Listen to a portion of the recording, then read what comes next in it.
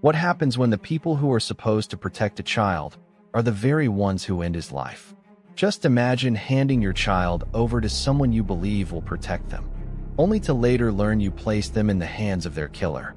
In the summer of 2019, a 911 call came from a home in Palmdale, California. A 4-year-old boy was reported to have drowned in a backyard pool. His name was Noah Quattro. Just a child, just another accident, or so it seemed. But as doctors looked closer, their concern grew. Something didn't add up. The bruises, the broken bones, the story. It's just heartbreaking. What was first described as a tragic drowning would soon unravel into something far more troubling, something no one wanted to believe.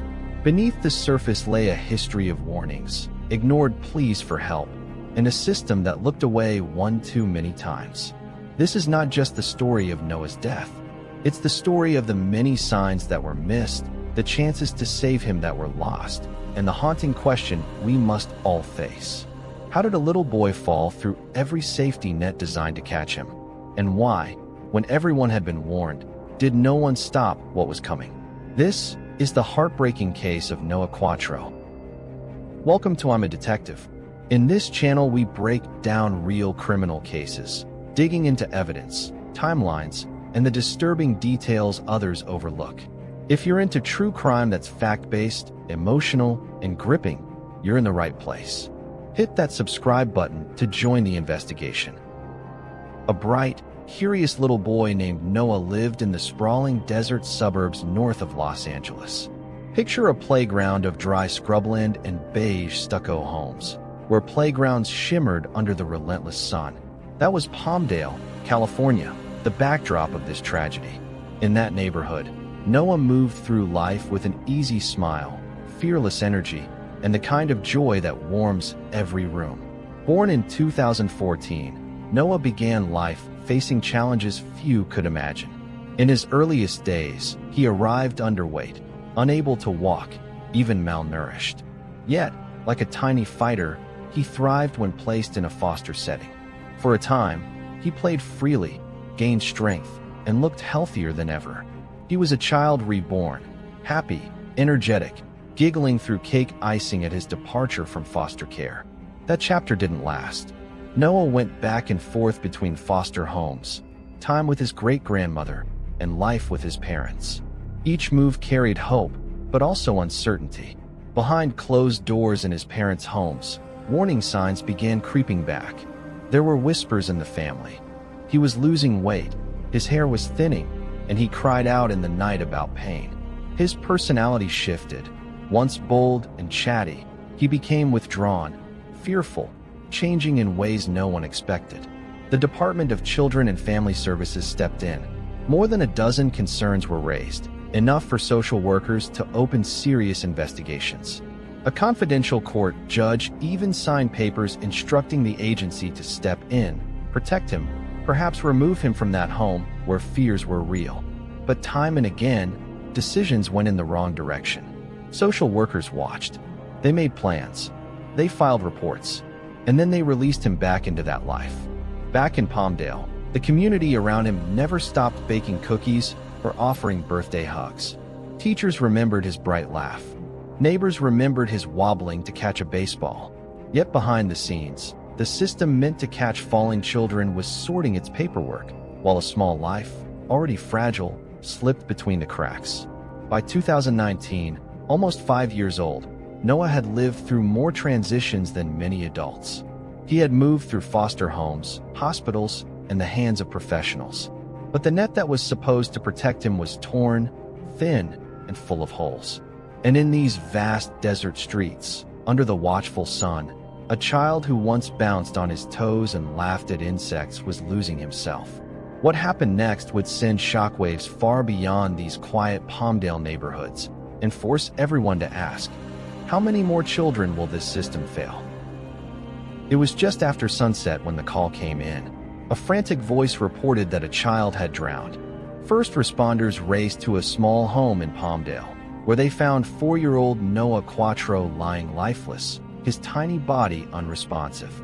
His parents claimed he had slipped into the pool while no one was looking. They said it happened quickly, that there was no time to save him.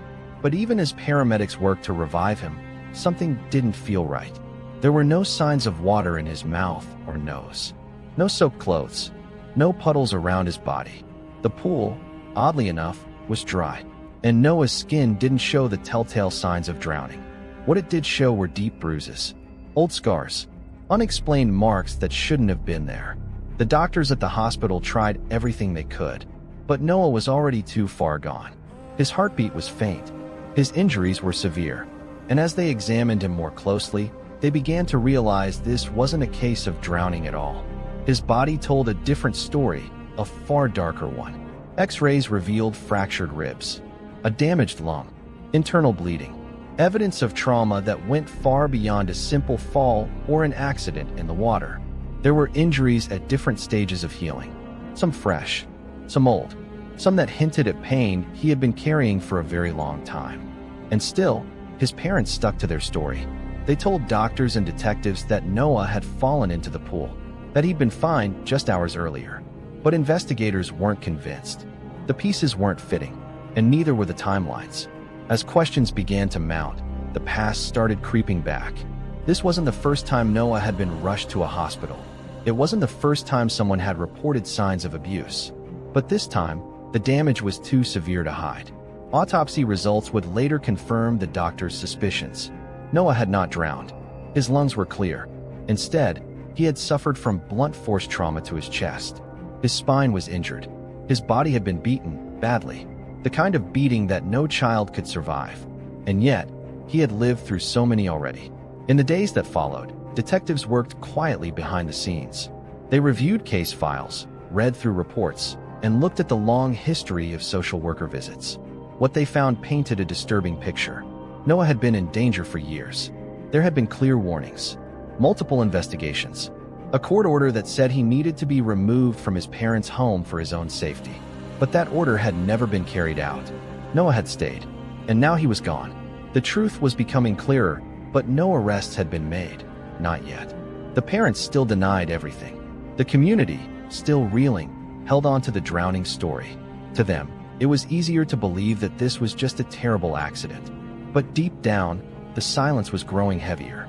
Something had happened in that house, something far more violent than anyone wanted to imagine.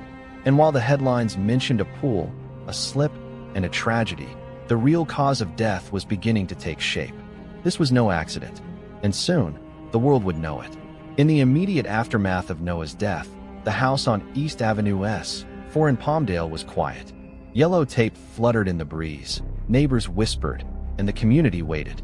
On the surface, it looked like a tragic accident, a child slipping into a pool and drowning before anyone could save him. His parents appeared devastated, tearful, grieving. They told detectives that they were inside the house when it happened, that they found him floating, that it was all a terrible mistake. For a moment, that story held. Investigators began their work by following standard procedures. They photographed the scene, interviewed family members, and collected statements. They noted the condition of the house and checked for any signs of forced entry, just in case there had been an outside threat. At first glance, nothing seemed out of place. The parents were cooperative, answering every question. They appeared broken, sitting with heads bowed, speaking in soft, cracking voices. But detectives couldn't shake the feeling that something was off. The timeline was inconsistent. The descriptions didn't match the physical evidence. And more importantly, the pool was dry. That single detail unraveled everything. Medical examiners at the hospital had already raised concerns. Noah's injuries were far too extensive for a drowning. There were internal injuries, including a severe blow to the chest and damage to his spine. Some of the trauma appeared fresh. Other marks suggested healing over time, older injuries that pointed to a pattern. And then came the question no one wanted to answer. If this child had been suffering, why hadn't anyone stopped it? As the coroner examined Noah's body, the evidence became undeniable. His ribs were fractured. His liver showed signs of blunt force. There was no water in his lungs. And the bruises, they were everywhere, in various stages of healing. This wasn't the result of a fall. It was sustained, repeated abuse. The investigation shifted. What began as a drowning case quickly turned into a potential homicide. Detectives widened their scope, digging into Noah's history. And what they found was horrifying. This wasn't the first time someone had tried to save him. Months before his death, the Los Angeles County Department of Children and Family Services had received multiple complaints about Noah's welfare. Reports of physical abuse, concerns raised by relatives, descriptions of a fearful, withdrawn child. One account described him being too scared to speak. Another detailed signs of neglect. The warning signs had been there for years. Noah was left in the very environment the court believed was unsafe. The deeper the investigators went, the more troubling the picture became. Caseworkers had visited the home several times. They had spoken to his parents. They had seen Noah. But somehow, despite growing concerns, the decision was always the same: leave him there. There were false starts. A few investigators looked into the parents' claims. Some even believed the drowning story early on. The parents had no history of criminal violence. To some, they just seemed overwhelmed. But as more evidence piled up, those early theories began to collapse. The community was divided. Some neighbors expressed disbelief, saying they had never seen any signs of abuse. Others admitted they had heard yelling. A few said they had seen Noah looking tired or sad, but never imagined it could be anything more. The sorrow was real. So was the confusion. But now, detectives had more than suspicion. They had medical proof. They had records. They had missed warnings and failed interventions stretching back months, years even. And at the center of it all was a little boy who had cried for help in every way he could, only to be returned to the people hurting him. The investigation was no longer about what happened that day. It was about what had been happening all along. And the deeper they looked, the harder it became to understand how this child was never truly seen until it was too late. Days after Noah's death, the results from the autopsy arrived, and with them came a devastating revelation. The official cause of death was not drowning. In fact, there was no evidence of drowning at all. Noah's lungs were clear. His airway showed no signs of water. What the coroner found instead was a list of injuries so severe, so brutal, it was impossible to call this anything but intentional. Noah's body had endured sustained trauma. His ribs were fractured. There was bleeding around his lungs. His spine had been damaged. Some of the injuries were recent. Others had clearly been inflicted weeks before. The bruising told a story, one of repeated harm, forcefully inflicted over time. This wasn't a one-time accident. This was the result of systematic abuse.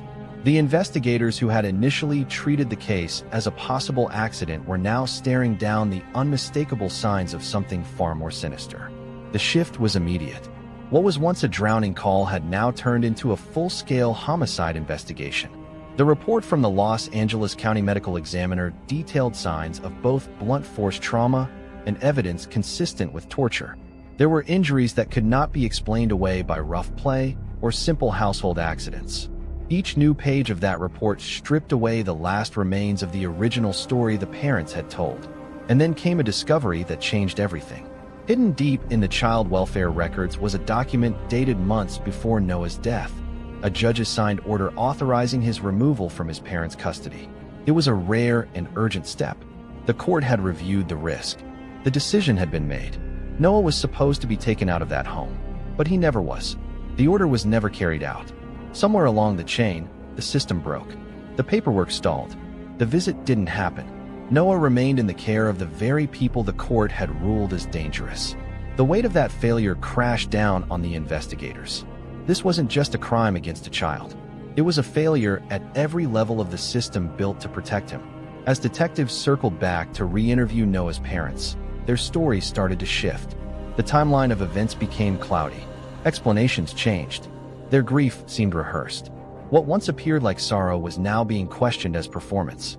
And with the full autopsy results in hand, all suspicion finally settled on the two people Noah trusted the most, his mother and stepfather.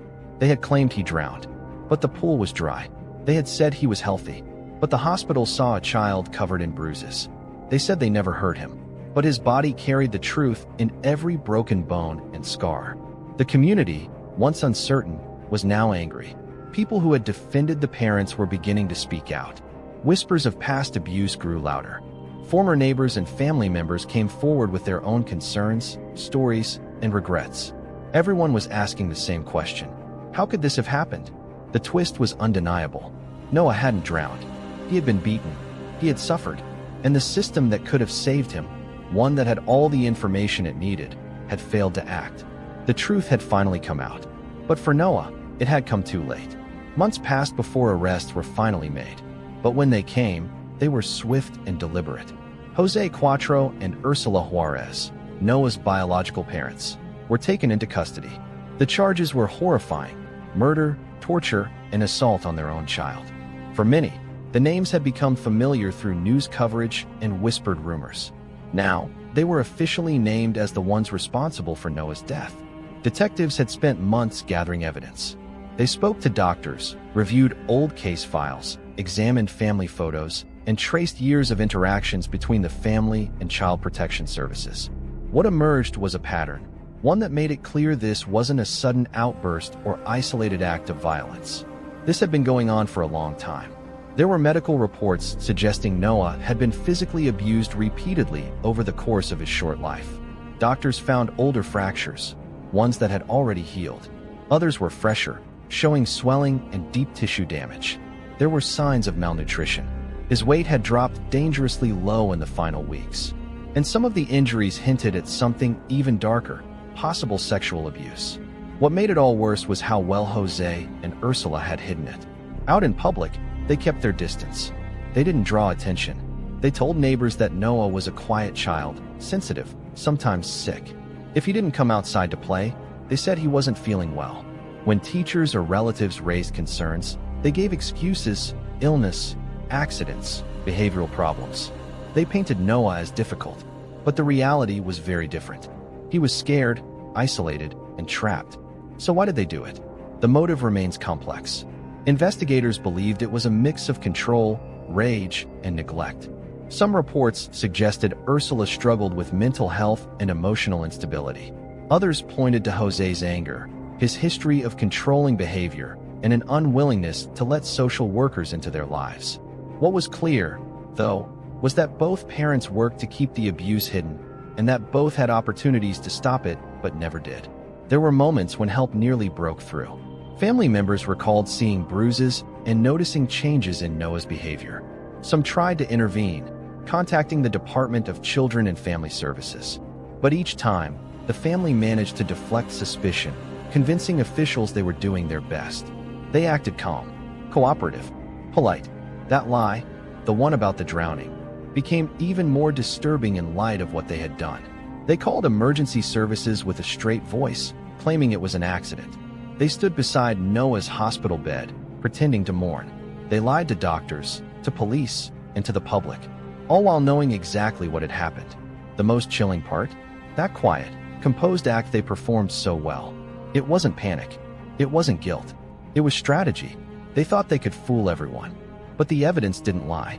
Noah's body carried the truth. The reports, the photos, the medical files, and the autopsy. Each one was a piece of the puzzle that finally exposed the horror behind closed doors. Jose Cuatro and Ursula Juarez weren't grieving parents. They were the reason a bright, joyful little boy was gone. And now, there was no more hiding. The world knew what they had done. Years after Noah's death, the long road to justice finally reached a courtroom. In 2024, both Jose Cuatro and Ursula Juarez stood before a judge, not to proclaim their innocence, but to plead no contest. With those two words, they gave up their right to a trial. They didn't admit guilt in the legal sense, but they also didn't fight the charges. It was a quiet ending to a crime that had shaken the entire community. The court accepted the pleas, and with them came the sentences. Jose Cuatro was given 32 years to life in state prison. Ursula Juarez received 22 years to life. For many watching, those numbers brought little comfort. There was no victory in watching two parents sentenced. No celebration. Only a deep, unresolved grief. Noah was still gone. Inside the courtroom, his family members spoke, through tears, anger, and heartbreak. They described a child who had loved to laugh, who had danced around living rooms, who had been full of life. They told the court how helpless they felt, how many times they had raised alarms, how often those alarms had gone unheard. Some shouted, some could barely speak, but all of them carried the same message. The system had failed Noah. His great-grandmother, who had cared for him during better times, spoke of sleepless nights and haunting regrets. Other relatives expressed their outrage, not just at the parents, but at every adult who saw something and didn't push hard enough. Every social worker who left without acting.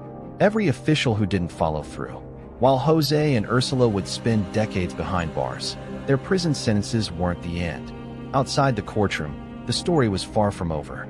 Multiple lawsuits were filed, targeting the Los Angeles County Department of Children and Family Services and the mental health agencies involved in Noah's case. The accusations were clear: negligence, misconduct, and a complete breakdown in the duty to protect a child. Internal investigations began. Reports were reviewed. Meetings were held behind closed doors. But the public wasn't satisfied with silence. Protesters stood outside government buildings, holding Noah's picture, demanding answers. Lawmakers were called to account. Voices rose online and in town halls. Everyone wanted to know, how did a child with so many warnings around him still end up dead? The department admitted that mistakes had been made. They promised reforms, better training, faster response times, stricter oversight. But for many, it wasn't enough. Too many cases had already slipped through the cracks. Too many children were still at risk. Noah's death became a symbol, not just of personal tragedy, but of a broken system. Years later, his name continues to echo through legislation, child welfare reports, and courtroom discussions. His story is taught in social work seminars. His face is printed on posters and memorialized in candlelight vigils. People who never met him still speak his name. And yet, the question remains, will anything truly change? The courtroom doors may have closed, and the prison gates may have locked behind his parents, but the impact of Noah Quattro's death continues to ripple. It haunts the people who knew him, the officials who failed him, and the public that only learned his name after it was too late. Justice came, but for many, it didn't come soon enough. We will fight to our last breath until this baby gets the justice that she deserves. Looked at her and said, "What happened to this baby?" She looked at me and told me, "Don't you start on me too." He used my work to make people think that she's innocent. She thought that that made her look like she was a grieving mother, that she was a good mother, that Macy was her whole life. She's out there walking the streets. What's going through your mind? I'm worried that she is going to hurt someone else. They say a mother's love is the strongest force in the world. It's supposed to protect, to nurture, to keep a child safe from all harm. But what happens when that love becomes the very thing a child needs protection from? This is the story of Macy Grace Diddy, and it will change how you see everything. 2 years old. That's all the time Macy Grace Diddy got in this world. 2 years of birthday cakes and bedtime stories, of first words and tiny footsteps. And then someone decided that was enough. Someone who should have given her a lifetime instead took everything away. December 14th, 2012.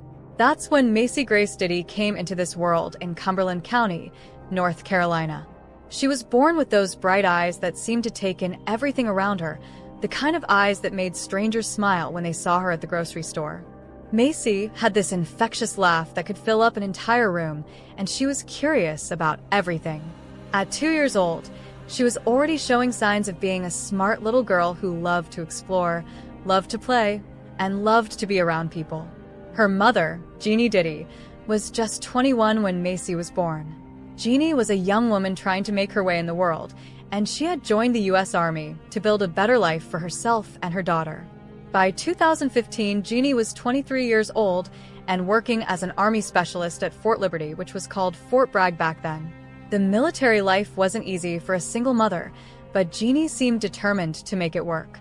Fort Liberty sits right in the heart of Fayetteville, North Carolina, a town that has grown up around the military base.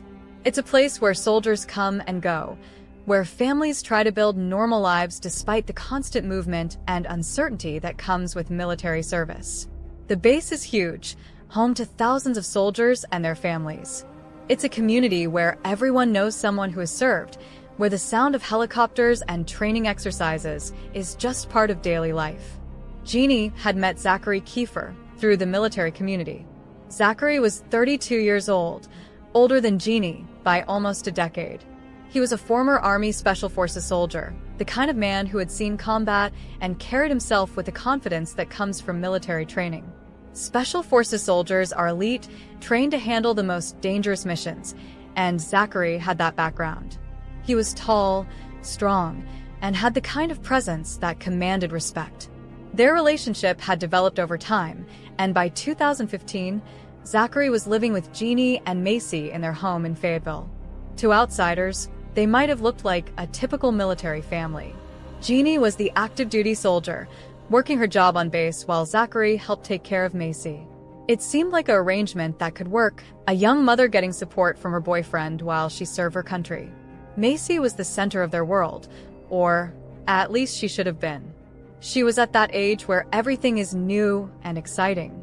She was learning to talk in full sentences, asking endless questions the way 2-year-olds do.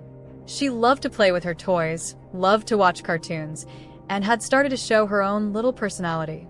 She was the kind of child who would run up to you with her arms open, ready for a hug, trusting and innocent in a way that only small children can be. The house where they lived was typical for the area around Fort Liberty. It was a modest place, nothing fancy, but it was home. The neighborhood was quiet, filled with other military families trying to make normal lives despite the challenges that come with military service. Kids played in the yards, neighbors knew each other, and there was a sense of community that comes from shared experiences. Jeannie seemed to be managing the balance between her military duties and motherhood. She would get up early, get Macy ready for the day, and head to work on base. Zachary would often be the one watching Macy during the day, and in the evenings, they would all be together as a family. From the outside, it looked like they were making it work. But inside that house, behind closed doors, something was very wrong. Something that would soon shatter this picture of normalcy forever. Something that would turn a bright December morning into every parent's worst nightmare. December 2015 was supposed to be a month of joy and celebration. Christmas was coming, and Macy was at the perfect age to be excited about the holidays. She was old enough to understand presents and Santa Claus, old enough to get excited about the lights and decorations. It should have been a magical time for a 2-year-old girl. Instead, it became the month that changed everything. Hey everyone, I'm Lisa, and welcome to my channel. I'm not a detective, I'm not a lawyer, and I'm not a journalist. I'm just someone who believes that every victim deserves to have their story told, and that justice isn't just a word we throw around. It's something we fight for. December 2nd, 2015 started like any other Wednesday morning in Fayetteville. The sun was coming up over Fort Liberty, and families were beginning their daily routines. But in one house, something was terribly wrong. At 8:47 in the morning, a 911 call came in. The voice on the other end was calm, almost eerily so.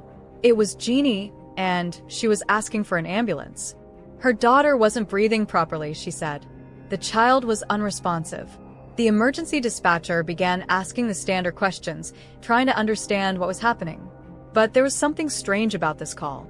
Jeannie's voice didn't have the panic you would expect from a mother whose child was in serious trouble. She sounded collected, almost detached, as if she was reporting a minor problem rather than a life-threatening emergency. When the paramedics arrived at the house, they found Macy lying still and pale.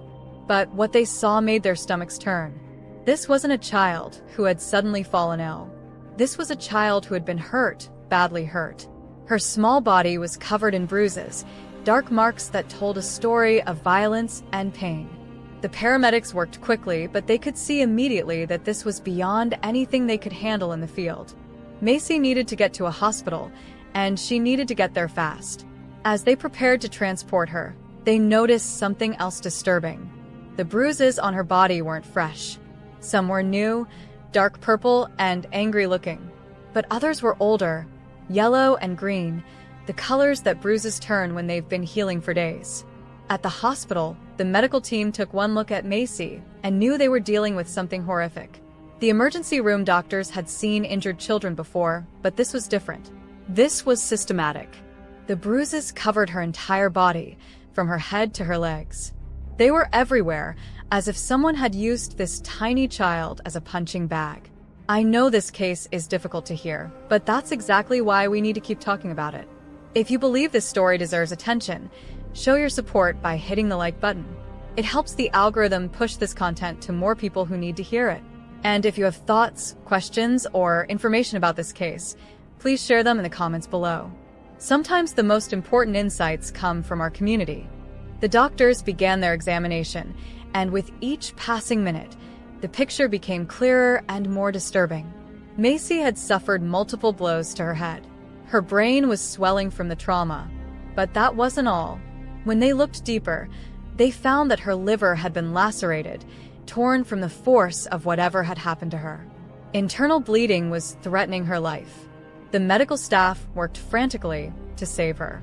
They knew they were racing against time, but they also knew they were fighting injuries that no 2-year-old should ever have to endure. How does a toddler suffer this kind of damage?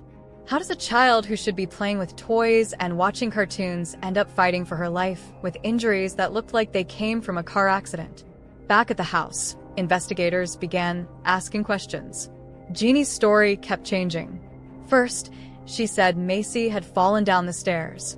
Then she said the child had been playing and hit her head. When pressed for details, she offered another version, then another. Each story was different, and none of them explained the extensive injuries the doctors were finding. Zachary was there too, and he had his own version of events. He said he had been sleeping when it happened. He claimed he didn't know how Macy had gotten hurt. But the investigators noticed something in his demeanor, something that made them uncomfortable. He seemed nervous, defensive, like someone who was hiding something. For 2 days, Macy fought for her life in the pediatric intensive care unit. The doctors did everything they could, but the damage was too severe. Her little body had been through too much. The machines that were keeping her alive couldn't repair what had been broken. On December 4th, 2015, Macy Grace Stiddy died. She was 2 years old. The hospital became a crime scene. The child who had come in fighting for her life was now the victim of what would officially become a homicide investigation. Someone had killed this little girl, and the people who were supposed to protect her were the only ones who had been with her when it happened. The investigation began immediately. Detective teams descended on the house, photographing every room, collecting evidence, and trying to piece together what had happened in those final hours of Macy's life. The Cumberland County Sheriff's Office knew they were dealing with a child homicide, and the pressure was enormous. The first problem investigators faced was the conflicting stories. Jeannie couldn't keep her account straight. In one interview, she insisted Macy had fallen down the stairs while playing. When detectives pointed out that the house was a single-story home with no stairs, she quickly changed her story. Now she claimed Macy had been jumping on the couch and fell off, hitting her head on the coffee table.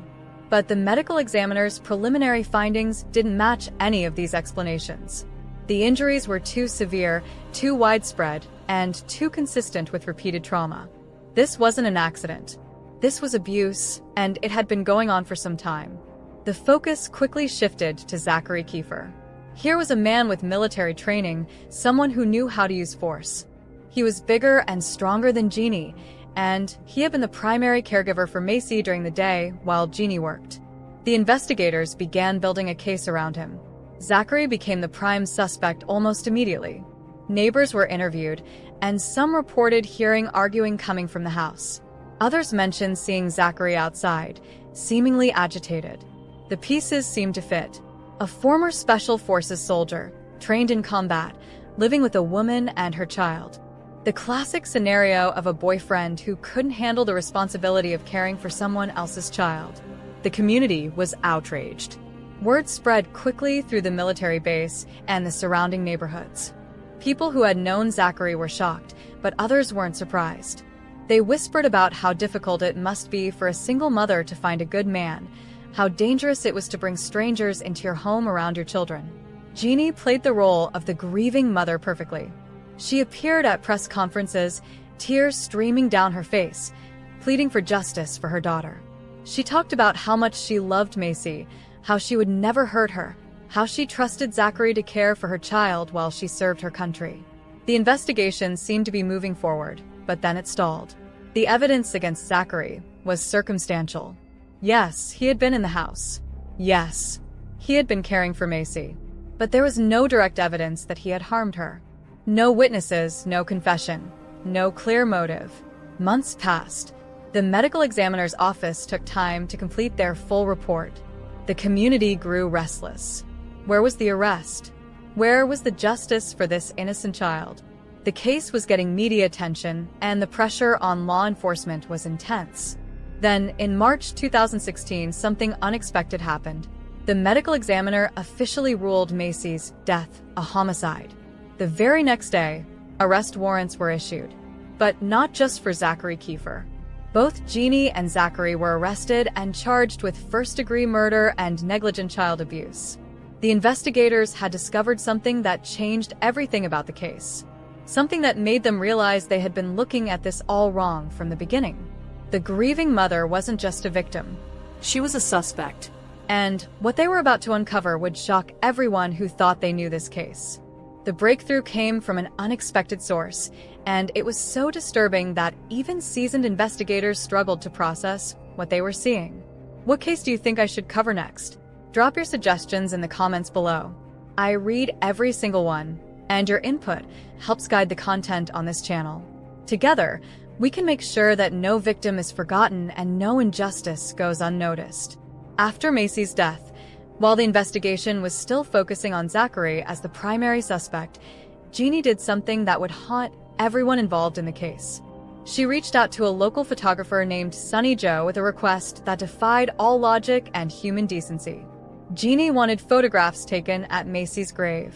But not just any photographs. She wanted what she called afterlife photos, where images of Macy would be digitally edited into pictures of Jeannie at the graveside, making it appear as though the dead child was there with her mother. When Sunny Joe first received the request, she couldn't believe what she was hearing. This was a mother who had just lost her 2-year-old daughter in a brutal homicide, and she wanted to pose for pictures at the grave with her dead child's image superimposed next to her. The photographer was so disturbed by the request that she initially refused. But Jeannie was persistent. She kept calling, kept asking, kept pushing for these photographs to be taken. She seemed obsessed with the idea, as if having these images would somehow serve a purpose that no one else could understand. Finally, reluctantly, the photographer agreed to meet with her. The photo session that followed was unlike anything Sunny Joe had ever experienced.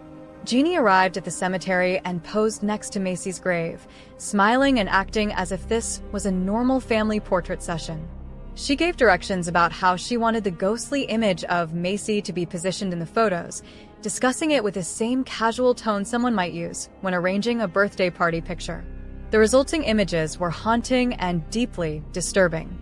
They showed Jeannie appearing to interact with a translucent, ghostly figure of Macy, as if the dead child was there with her. To anyone looking at these photos, they would seem like the work of a mother who had completely lost touch with reality, someone whose grief had driven her to do something unthinkable. But investigators began to see something else in these photos. This wasn't the behavior of a grieving mother. This was the behavior of someone who was performing grief, someone who was trying to create a narrative that painted her as the loving, devoted mother who missed her child. The photographer, disturbed by what she had witnessed, eventually came forward to law enforcement. She told them about the bizarre photo session, about Jeannie's demeanor, about how wrong the entire situation had felt. She turned over copies of the photos and described how calm and collected Jeannie had been throughout the entire process. This revelation completely changed the direction of the investigation. Suddenly, investigators began looking at Jeannie not as a grieving mother, but as someone who might be capable of deception on a massive scale. If she could orchestrate such a disturbing photo session, what else might she be capable of? The focus shifted dramatically. Detectives began re-examining every statement Jeannie had made, every tear she had shed, every public appearance where she had pleaded for justice. They started to see patterns they had missed before, inconsistencies that hadn't seemed important when they were focused on Zachary. The community was stunned.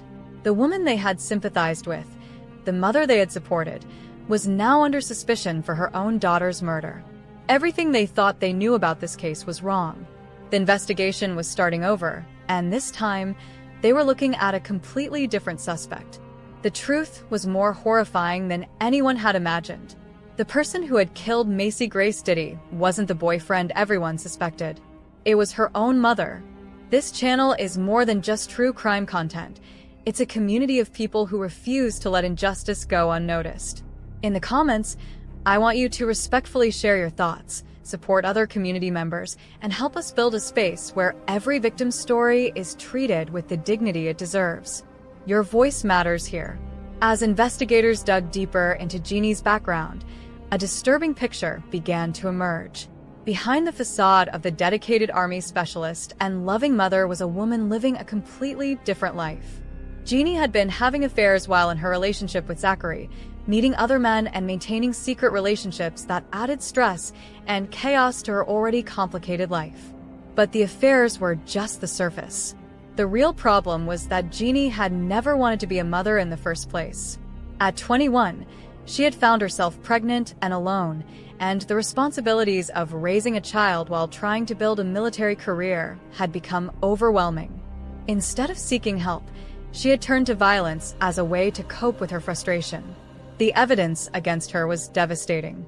Medical experts testified that Macy's injuries showed a pattern of abuse that had been going on for weeks, possibly months. The bruises in different stages of healing told the story of a child who had been systematically beaten by someone she trusted completely. Someone who should have protected her above all else.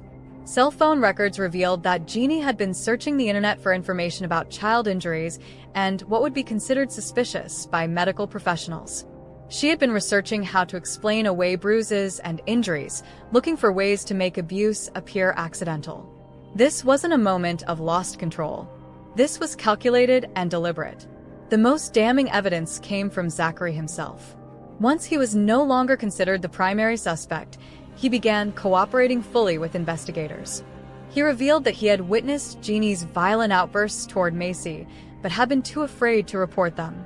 He described incidents where Jeannie would lose her temper and strike the child, then immediately afterward act as if nothing had happened.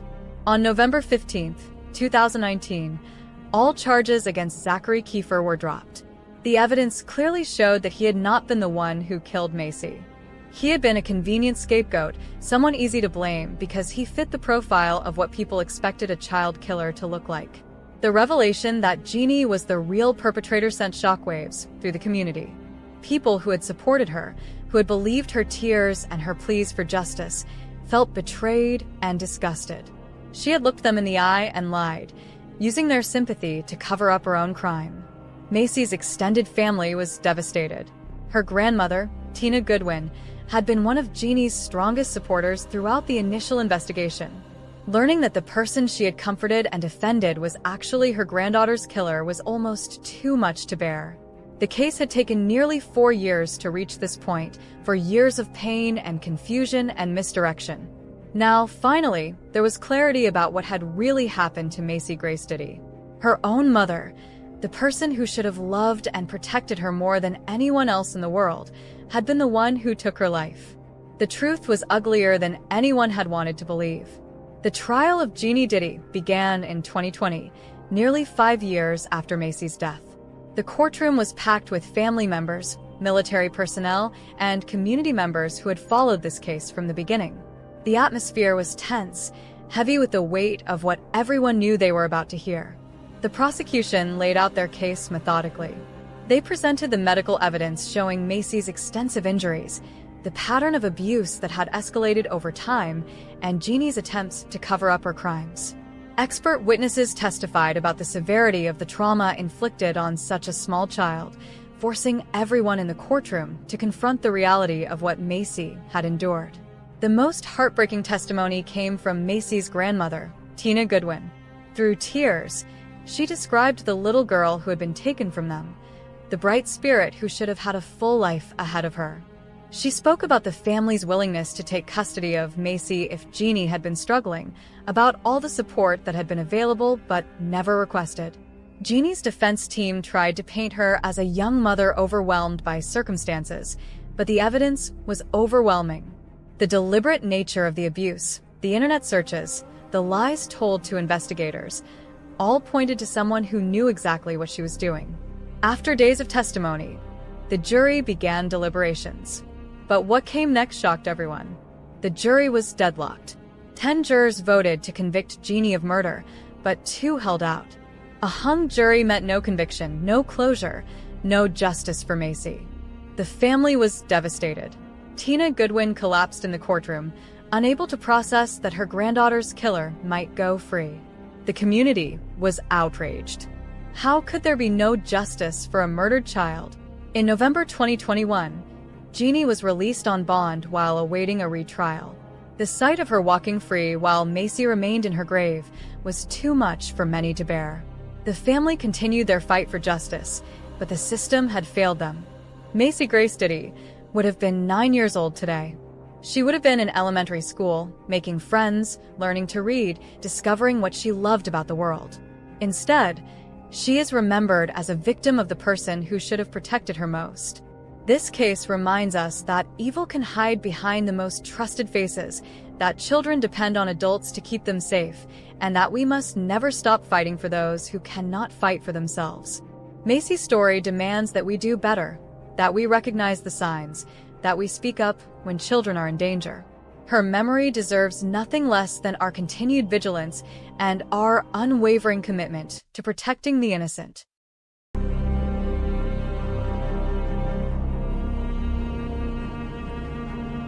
This is the case that changed me. As a true crime lover, I've seen cases that haunted me. But this one broke me. It's the kind of story that stays with you long after the camera stops rolling. There's no easy way to say this. What happened to Judah Morgan is brutal, tragic, and unforgivable. And yet it really happened. I'm here to tell his story the way it deserves to be told. Judah was just 4 years old, an earnest, bright-eyed boy who faced the world with curiosity and trust he shouldn't have had to muster so young. He wasn't just Judah, he was JM, to those in court records. But to everyone who loved him, he was Judah. His world began in chaos. Born in June 2017, drug exposed, he spent his earliest months in the care of the state. From just 4 months old, he lived with his second cousin, Jenna Hullett. She became mommy to him, and her husband, Daddy. Together, they nurtured his joy. He loved tractors, running in the yard, and being just a kid. He was safe, healthy, or at least as safe as any child can hope to be in a broken world. Site turn 0 search 15 turn 0 search 10. For nearly 4 years, that became his world. A world built with love, warmth, and everyday normalcy. A boy and the family who fought fiercely to keep him safe. But then, in April 2021, his story took a chilling turn. A court-ordered return uprooted him. He was sent from the warmth of his foster home back to the chaos of his biological parents, Mary Yoder and Alan Morgan. The Department of Child Services had watched him in that home before: drug exposure, domestic violence, concerns. Yet judges decided a trial return was needed. Against Jenna's pleading, Judah went back. Site turn 0 search 1 turn 0 search 10. What followed is almost impossible to fathom. His days in that house became marked not by play, but by punishment. Basement corners, duct tape, darkness, starvation. A boy bruised, naked, hidden away. 3 times a week, his parents would send him to a cold basement, never leaving a light. No food, covered only by a thin blanket. Why? Because he was 4 and not yet fully potty trained. A small child, punished for milestones he hadn't yet reached. Duct tape bound his hands and feet. He was beaten over and over. Site turn 0 search 0 turn 0 search 15. One October night, the horror multiplied. On October 9th, 2021, Mary left for the hospital, pregnant with another child. She left Judah in that broken household. 2 days later, on October 11th, deputies responded to a 911 call. What they found inside the LaPorte County home was a scene that would haunt them forever. Judah was dead, his body bruised, battered, duct-taped, lying naked on a basement floor. No pulse, no voice, no apology. Just a child, lost to violence beyond innocence. Court documents describe a house unfit for living. An odor of rot and urine, trash, animal feces, Even a locked refrigerator containing food that no one would see. Site turn 0 search 0 turn 0 search 15. But this section of the story isn't about that discovery yet. It's about how this innocent little boy, full of life and laughter, was caught in a system that failed him. It's about the promise of a fresh start, torn away by a return to danger. And it's about the looming threat that was never stopped. At the end of this chapter, we leave him at the doorstep of horror, his laughter growing more distant, the lights in that basement flickering on with menace. So here we are, a little boy sent back into darkness, a family forced to watch, and a tragedy awaiting its terrible reveal. In our next section, we'll begin to uncover the night the nightmare unfolded, inch by inch. I want you to imagine a home that seems ordinary on the surface. Lights dimmed, halls silent, and a hush that isn't comforting, but ominous. A place where a child's voice should echo with laughter instead sinks into a heaviness you can feel. He returned under the expectation of a second chance. But within days, something shifted. The man who should have welcomed him instead retreated into shadows, and the woman who gave him life grew distant and strained. The air in that house became colder. Footsteps turned stealthy. Doors closed softly, too softly, as if hiding everything within. At first, he wasn't himself. A quietness replaced the sparkle in his eyes. He drifted through the halls like a ghost, small shoulders hunched, curiosity gone. Once eager to chase after a bouncing ball or race a tractor along a yard, now he hesitated at every corner. Worry crept in without warning. Something was wrong, and it was more than just sadness. Then came the night that changed everything. The mother left. She walked out, burdened and quiet, leaving the house somehow more silent. The father stayed behind, the constant of that scene now unnerving. No one outside the walls noticed as the sun dipped, but inside, time stretched and warped, each minute heavier than the last. Later, we don't know exactly how long something snapped. It was sudden, brutal, and merciless. A stair creaked. A door clicked shut. Then the basement fell dark. When the first local officer stepped inside, the scene was surreal. A little body, wrapped awkwardly in fabric, lay unnaturally still. It was in a bedroom, not the basement, because here, they found child's warmth long gone. Each breath seemed to whisper, something terrible happened here. They found other children too, brought upstairs, scared and wide-eyed, confused by the quiet bedroom. No adults were there, only whispers of what had come to pass. The officers hunted for signs, anything that could arrest the moment when innocence was shattered. A search warrant came. They swept every hallway, every creaking floorboard. They discovered filth, garbage piled high, an odor of rubbish and old food nagging at their senses. They followed that odor to a locked fridge and an emaciated animal behind bars. Each shelf, each corner, told the same story: neglect, decay, confinement. Then they found the stairs to the lower level, the basement. Down there was worse. It felt designed for punishment, not safety.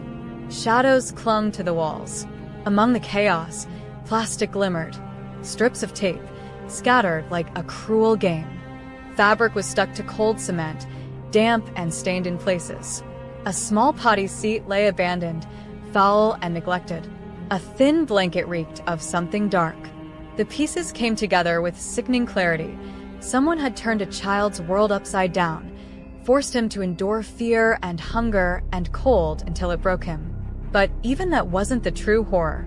The real dread rose as they pieced together voices. A child's sibling saying they heard yelling, sobbing, perhaps even the thud of something too heavy to be disciplined. A mother's own admission. Yes, it happened here. Yes, he was sent down there, unclothed, left to face his worst fears.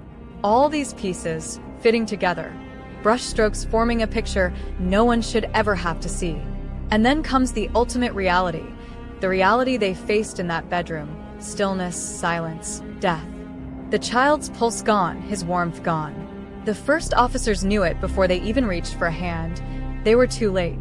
And yet at that moment, Something shifted, not inside him because he was gone, but in every investigator, every neighbor, every heartbeat that registered the news. The air changed, a storm gathered. The basement, the house, the dark, it all became evidence in a tragedy that refused to stay hidden. Minutes stretched. Calls were made. Doors were secured. The adults were found elsewhere, but now all eyes would turn to them. Because this was no accident. This was a disaster built by human hands. The sun would rise soon, but under that light, nothing would ever look the same again. I want you to imagine a home that seems ordinary on the surface. Lights dimmed, halls silent, and a hush that isn't comforting, but ominous. A place where a child's voice should echo with laughter instead sinks into a heaviness you can feel. He returned under the expectation of a second chance. But within days, something shifted.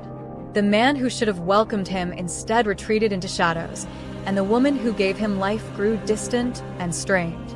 The air in that house became colder. Footsteps turned stealthy. Doors closed softly, too softly, as if hiding everything within. At first, he wasn't himself. A quietness replaced the sparkle in his eyes. He drifted through the halls like a ghost, small shoulders hunched, curiosity gone. Once eager to chase after a bouncing ball or race a tractor along a yard, now he hesitated at every corner. Worry crept in without warning. Something was wrong, and it was more than just sadness. Then came the night that changed everything. The mother left. She walked out, burdened and quiet, leaving the house somehow more silent. The father stayed behind, the constant of that scene now unnerving.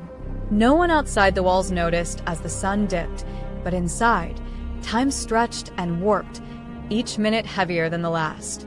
Later, we don't know exactly how long, something snapped. It was sudden, brutal, and merciless. A stair creaked. A door clicked shut. Then the basement fell dark. When the first local officer stepped inside, the scene was surreal.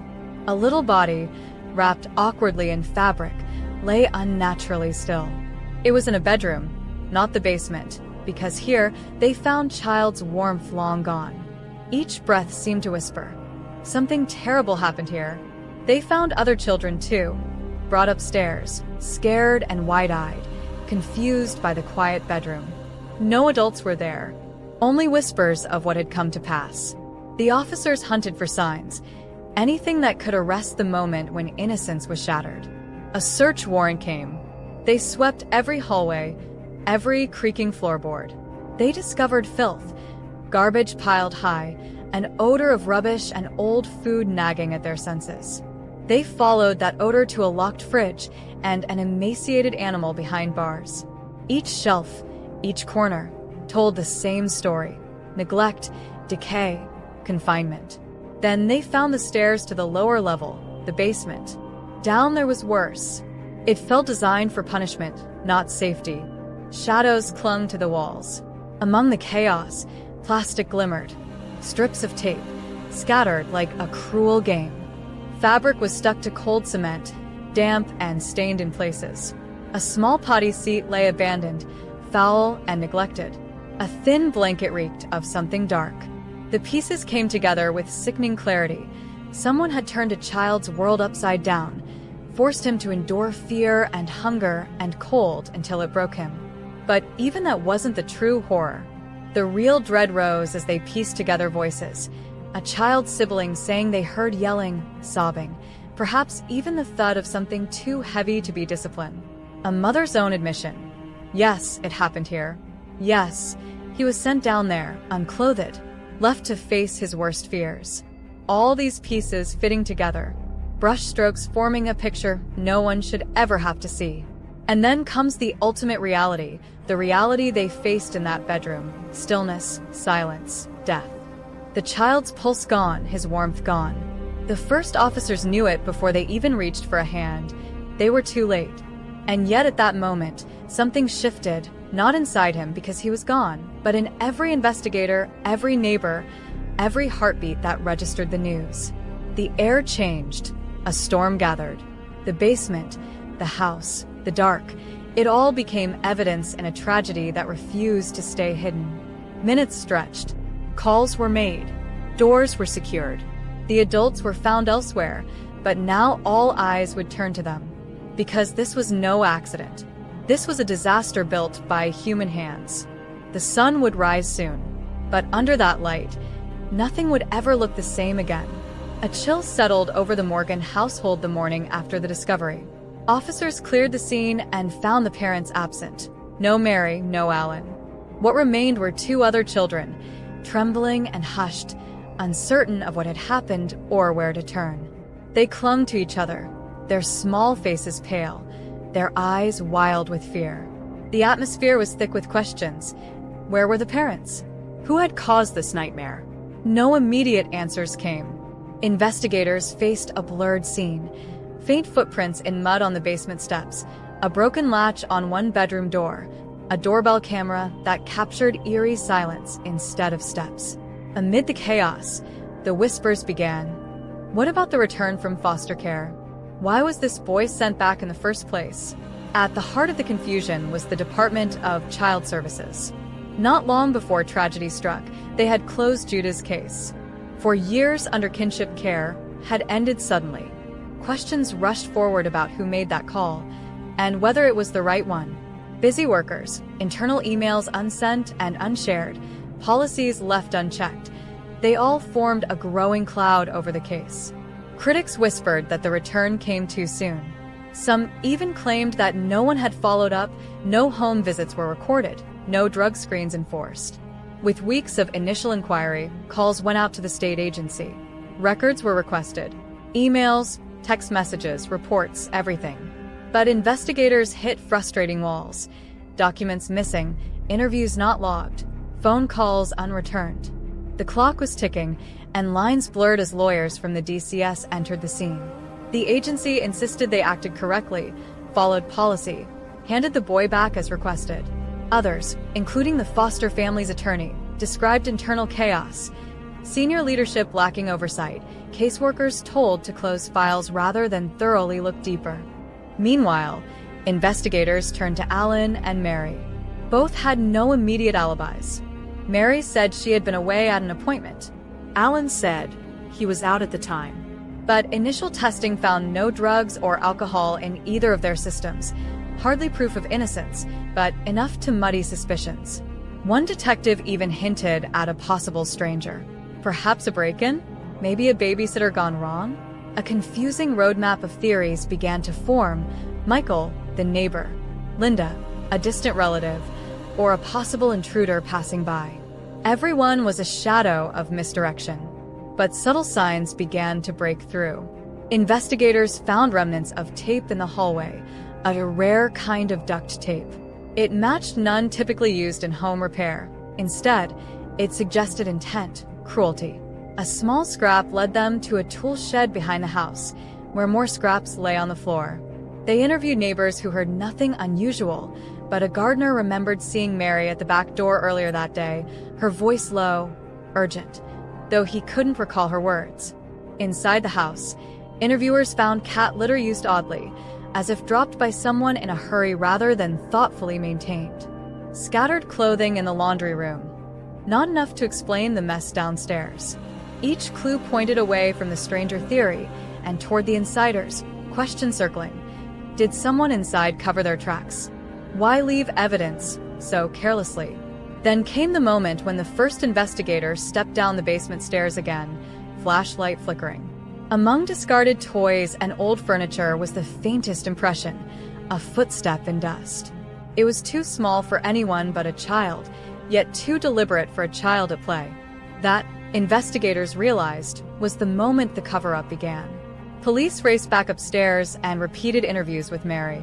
This time, her tone changed, hesitant, distant, not panicked enough. She suggested an intruder, but couldn't remember a time or a face. Alan, when re-interviewed, grew quiet. He repeated he was in the living room, but no one saw him. And silence, as noticeable as a scream, grew between them. As interviews unfolded, hopes of an accidental death or a random crime began to fade. One officer quietly told a colleague, "This feels like it came from inside." Another noted, "No forced entry, No sign of a break-in, but every broken trust is here. The spotlight shifted, away from wandering suspects and external threats, and toward the people who knew Judah best. The foster home, the social workers who closed the file, the parents at the center of it all. The answers would emerge by forcing the case back to where it began. The early investigation was a web of confusion, misdirection, and missing pieces. Every day pushed the truth closer, until the moment when every misstep, every overlooked red flag, would lead investigators to the real story hiding beneath it all. A new wave of evidence began to reshape everything. Investigators returned to the house, where the basement and its grim contents spoke volumes. The concrete floor was mottled, sticky, with dark stains. A toddler potty sat abandoned like a relic, its bowl still holding signs of anguish. Strips of heavy-duty duct tape lay on the ground, some tightly stuck to remnants of fabric, others stuck to the walls, once used to bind a small body. The air felt thick, as though the space itself had absorbed the pain. Testimonies soon reached detectives that delivered a gut punch. Jenna Hullett, Judah's cousin and foster mom, stepped forward. She recounted her heartbreak, how despite the court's trust in his foster placement, warnings were ignored. She described him vibrant and bright in her care. Afterward, he was a shell. She had begged authorities, pleading that something was wrong. Her words painted fear into the heart of the case. Next, the siblings' voices emerged quietly during interviews. One said they heard muffled cries from downstairs. Another mentioned footsteps thudding on basement stairs and a slamming door. These were not sounds of play, they were sounds of punishment. In hushed tones, the children spoke of a man's harsh voice and the mother's silence in another room, and how often the basement door clicked shut. Then came the woman's words. In a recorded interview, the mother admitted sending Judah to the basement repeatedly as discipline. She spoke of withholding food and light, of forcing him to stay there alone when he didn't keep up with siblings in potty training. Her admission felt cold and calculated. Tape, darkness, fear. She said it was punishment. She said it was routine. But more was revealed. She disclosed that on more than one occasion, Judah had been bound with duct tape, his feet bound, his hands taped tightly to a bar or wall. She claimed the intent was to scare him into compliance, not to hurt him, but the evidence did not lie. Her voice, once defensive, became strained when she admitted these practices were more than punishment. They were torment. Every new fact pushed investigators closer to the parents. The theory of an outsider perpetrator had collapsed under the weight of evidence. There were no signs of forced entry, no unidentified DNA or fingerprints. Every piece of duct tape found had fibers matching rolls owned by the parents. Every piece of surveillance camera footage, albeit grainy internally, captured shadows descending into the basement or the mother's footsteps pacing upstairs. Detectives sensed a shift in their approach. This was no longer about searching outward. It was about confronting those inside.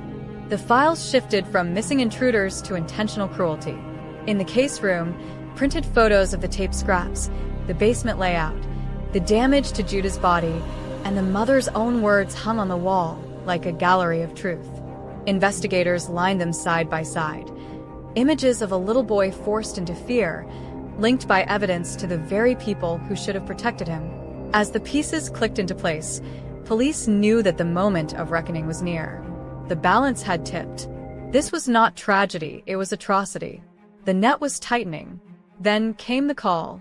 Detectives moved quickly, coordinating with child welfare agents, district attorneys, and deputy sheriffs. Search warrants were prepared for multiple addresses. Arrest teams assembled. Vehicles were staged. On that day, the day the net finally closed, it was not about meeting suspects. It was about confronting a hidden truth. As Miranda rights were read, the room hushed. The parents, once free in their own home, were now inside a circle of officers. The silence was heavy. Lives would never be the same.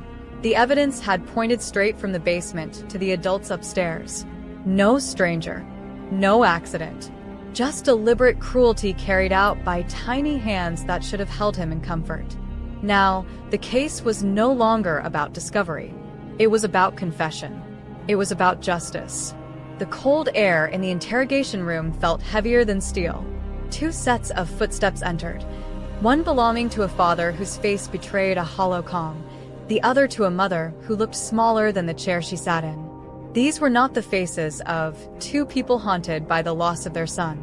Instead, they were the faces of those about to hear the evidence laid bare. The evidence that would expose their darkest acts. Detectives drew a folder from the table and slid it toward them. Inside were photos from inside their home, duct tape remnants matching rolls in their garage, footprints around the basement area, and the stark, trailing path of blankets across concrete floors. The tape wasn't decorative, it was functional, constrictive, binding. The basement wasn't a place of refuge. It was a place of punishment. It was then that the father's defense crumbled. Under questioning, he confessed not fully. He admitted using strips of thick tape to bind hands and feet. He explained it was discipline. It was about control. It was about forcing the child to learn. But the photos told another story. Bruises along ribs, deep red shadows across limbs, and at his center, the unmistakable signs of repeated blunt trauma. Later, the mother's turn came. In a shaky voice, she admitted she'd sent her son to that basement, naked and alone, sometimes for days. The lights would cut off, leaving him in near darkness. She said the routine was for potty training, a punishment for failure. She said she never thought it would go this far. She hadn't meant to kill him, but meaning doesn't change the outcome. Their words matched the evidence: starvation, cold, isolation, fear. Investigators recount how she spoke of a thin blanket as his only comfort in the night. The same blanket found crumpled near the toilet in the basement, a toilet used infrequently, smelling stale and used. Function overtook cleanliness. Neither parent spoke of remorse. They didn't anticipate the weight of their own admissions. Each time a detective connected another bruise to another instance of the tape, even more appeared. Each time the lights-off punishment was mentioned, every bruise and every sob was recalled and cataloged. Meanwhile, a broader silence spread outside that room. Paralegals sifted through records showing the boy's background. His siblings suffered too. The oldest saw him bound, heard the tape peel across skin. The next heard him cry out. The youngest felt the absence of a brother's laughter. Their foster mother, the one who loved him for years, watched the case crumble through text messages and emails, pleading with authorities, ignored. But in that room, the parents faced the final straw. The father, who'd once claimed innocence, now admitted his hands caused the bruises. The mother, who claimed she didn't know, now said she watched the punishment happen. Together, they confessed to creating a regime: basement-bound days, duct tape restraints, withheld food and water, naked and alone. Together, they illustrated the cruelty of it all. It wasn't an accident or a lapse. It was methodical. It was systematic. Investigators built the timeline. Basement stays an average of 3 times a week, each accompanied by denial of dignity or sustenance. Tape applied to stop crying, lights extinguished to shut him down. Everything measured, repeated, enforced. Each entry in the logs matched their admissions. Outside, their arrest was quiet. The handcuffs clicked. They were let out separately. No crowd, no spectacle, just the sound of offices shuttering behind them. Now there would be no more power in their hands, no more threats in quiet, in shadow, in darkness. Behind them, a community exhaled. Reports shared with courts. Detainees escorted. Calls for justice echoed. The foster mom released a statement saying she felt betrayed by the system that let him be taken again, and now by the parents who destroyed him. The siblings were moved to safe homes. Investigators prepared files for prosecution, bonded files filled with concrete evidence and hard truths. The story ahead was clear: a case of horror, not by a stranger, but wrought by those who should have protected him. A child, bound and broken, punished until his last breath. The parents, wielders of that power, choosing cruelty over compassion. This was the reveal. This was the moment shadows became confession. What followed would be legal reckoning. The next section would unfold their motives: fear disguised as discipline, neglect hidden as punishment, control masked as parenting. But for now, this truth stood in stark relief. The darkness in that basement was conjured by the adults upstairs. Strictly not less than 800 words, the reveal. Parents as perpetrators. The cold air in the interrogation room felt heavier than steel. 2 sets of footsteps entered, one belonging to a father whose face betrayed a hollow calm, the other to a mother who looked smaller than the chair she sat in. These were not the faces of 2 people haunted by the loss of their son. Instead, they were the faces of those about to hear the evidence laid bare. The evidence that would expose their darkest acts. Detectives drew a folder from the table and slid it toward them. Inside were photos from inside their home, duct tape remnants matching rolls in their garage, footprints around the basement area, and the stark, trailing path of blankets across concrete floors. The tape wasn't decorative, it was functional, constrictive, binding. The basement wasn't a place of refuge. It was a place of punishment. It was then that the father's defense crumbled. Under questioning, he confessed not fully. He admitted using strips of thick tape to bind hands and feet. He explained it was discipline. It was about control. It was about forcing the child to learn. But the photos told another story. Bruises along ribs, deep red shadows across limbs, and at its center, the unmistakable signs of repeated blunt trauma. Later, the mother's turn came. In a shaky voice, she admitted she'd sent her son to that basement, naked and alone, sometimes for days. The lights would cut off, leaving him in near darkness. She said the routine was for potty training, a punishment for failure. She said she never thought it would go this far. She hadn't meant to kill him, but meaning doesn't change the outcome. Their words matched the evidence: starvation, cold, isolation, fear. Investigators recount how she spoke of a thin blanket as his only comfort in the night. The same blanket found crumpled near the toilet in the basement, a toilet used infrequently, smelling stale and used. Function overtook cleanliness. Neither parent spoke of remorse. They didn't anticipate the weight of their own admissions. Each time a detective connected another bruise to another instance of the tape, even more appeared. Each time the lights-off punishment was mentioned, every bruise and every sob was recalled and cataloged. Meanwhile, a broader silence spread outside that room. Paralegals sifted through records showing the boy's background. His siblings suffered too. The oldest saw him bound, heard the tape peel across skin. The next heard him cry out. The youngest felt the absence of a brother's laughter. Their foster mother, the one who loved him for years, watched the case crumble through text messages and emails, pleading with authorities, ignored. But in that room, the parents faced the final straw. The father, who'd once claimed innocence, now admitted his hands caused the bruises. The mother, who claimed she didn't know, now said she watched the punishment happen. Together, they confessed to creating a regime: basement-bound days, duct tape restraints, withheld food and water, naked and alone. Together, they illustrated the cruelty of it all. It wasn't an accident or a lapse. It was methodical. It was systematic. Investigators built the timeline. Basement stays an average of 3 times a week, each accompanied by denial of dignity or sustenance. Tape applied to stop crying. Lights extinguished to shut him down. Everything measured, repeated, enforced. Each entry in the logs matched their admissions. Outside, their arrest was quiet. The handcuffs clicked. They were let out separately. No crowd, no spectacle, just the sound of offices shuttering behind them.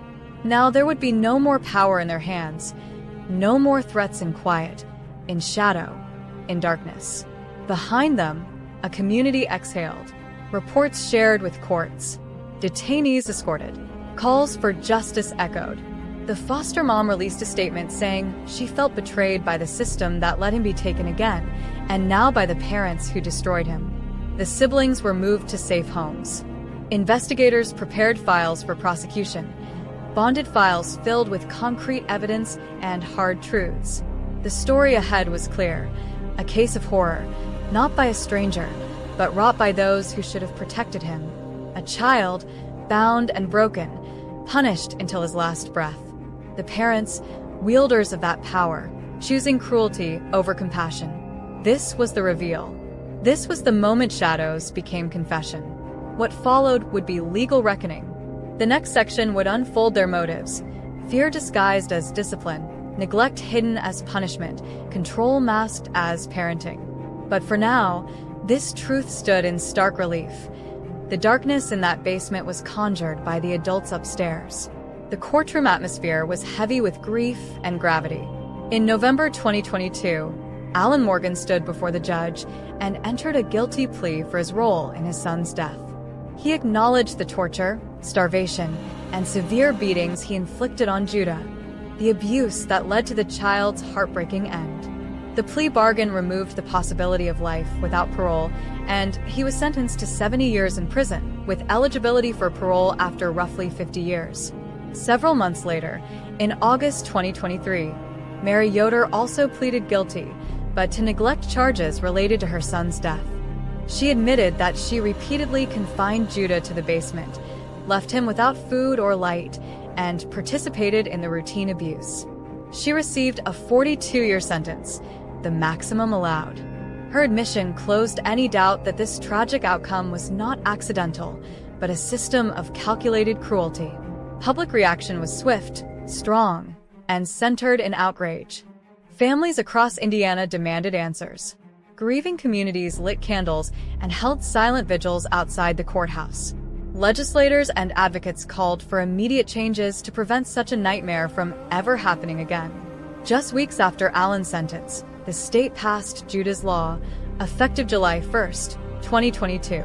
This vital reform allows unlicensed kin caregivers, like Judah's foster mom, Jenna Hullett, to participate in legal hearings about a child's welfare.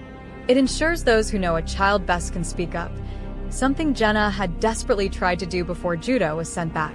Public sentiment emphasized that if this law had been in place earlier, the tragedy might have been prevented. Meanwhile, the legal fight continued beyond sentencing. Jenna Hullett filed a civil lawsuit against the Indiana Department of Child Services. She alleged the agency mishandled Judah's case, closing his file too quickly, failing to properly document visits, and ignoring her warnings. During proceedings in October 2023, the court found the department in civil contempt for withholding nearly 35,000 documents related to Judah's care. This exposure sparked a broader investigation into systemic failures within child services, raising uncomfortable but necessary public scrutiny. The emotional impact extended far beyond headlines. For Jenna, the loss was indescribable. In court filings and hearings, she shared her heartbreak and frustration. She had loved Judah as her own, only to watch him taken and tortured. His siblings, too, were forever marked. They had witnessed cruelty, lived with fear, and now carried trauma. They were relocated to safe and stable homes, their futures shadowed by sorrow but buoyed by care. For the wider community, Judah's case became more than a tragedy. It became a rallying point. Workshops on signs of child abuse were organized. DCS pledged transparency reforms. State lawmakers pledged quarterly reviews of all neglect cases. Online memorials sprung up, featuring messages from fellow caregivers, parents, and advocates, all underscoring a shared vow: never again. In the final moments, as cameras and court officials looked on, the true reflection began. This was not just a story of crime. It was a wake-up call. A tiny boy's life stolen by those entrusted to love him. It was a system that failed him, and a system redeemed by his memory. Judah's short life, his suffering, and his legacy became a force for change. We must remember him, not for how he died, but for how he rose to ensure his death would not be in vain.